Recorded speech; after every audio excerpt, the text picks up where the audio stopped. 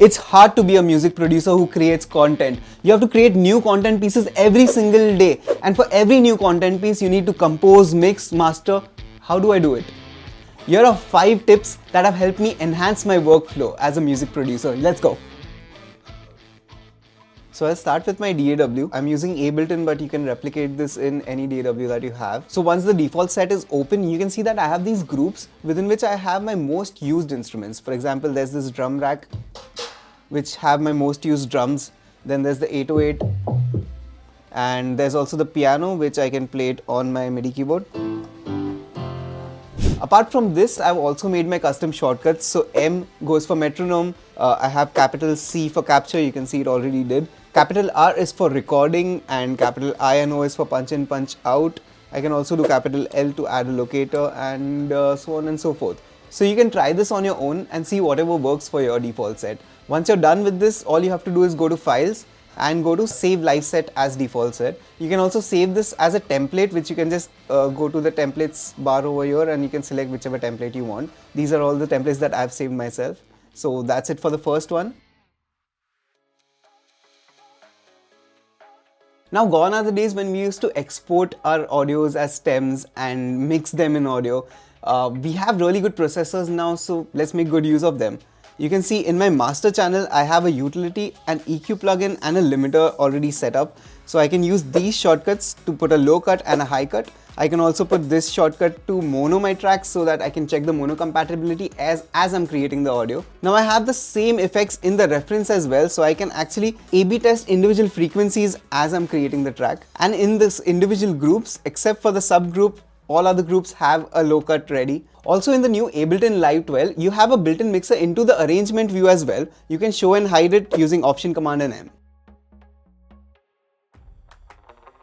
Now just like we had templates for the individual tracks, I have templates for individual instruments and effects as well.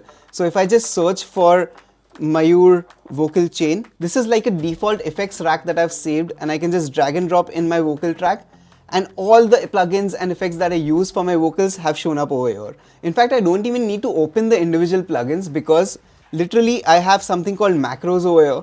And if I just increase this reverb over here, you can hear my voice having some reverb, some slow verb, some harmonies, some auto-tune. And with Ableton 12, you also have something called macro variations. So if you go to the left side over here, I can just click on this and all my knobs turn into a radio. I can just click over here, and this is how I normally would sing in a song. And this all will have everything including harmonies. Now I've done the same thing for my mastering chain as well. If I just search for master, you can see there's something called Mayur General Mastering, which if I just drag and drop, all my mastering plugins show up right over there. Now let's move out of the software and focus on the hardware for a bit. Whenever I come to the studio, I connect this one cable to my laptop and everything in the studio gets connected. It's all happening because of this one Thunderbolt hub. This Thunderbolt hub is connected to all my hard drives, my monitor. It also connects to another USB hub, which is in turn connected to all my MIDI instruments. In fact, it also charges my laptop as it's connected. These MIDI controllers and my mic are all already assigned to my default set, so I can just connect my laptop and start recording immediately. Even my Roland piano and my digital drum set are connected with extra long USB cables. As music producers, we've all used return tracks, but what makes these tracks so special? I'm pretty sure it's not because it saves on CPU. Here are the 5 return tracks that I use the most and why do I use them. So if I open my return tracks, the first one is a simple room reverb.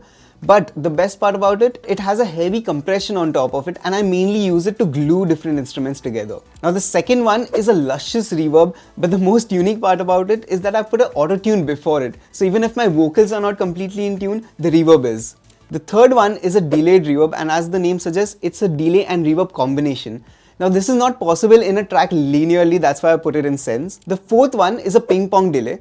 But the best part is that it is sidechained to the vocals. Now the fifth one is my favorite, it's called POP, and to know more about it, subscribe to my channel below.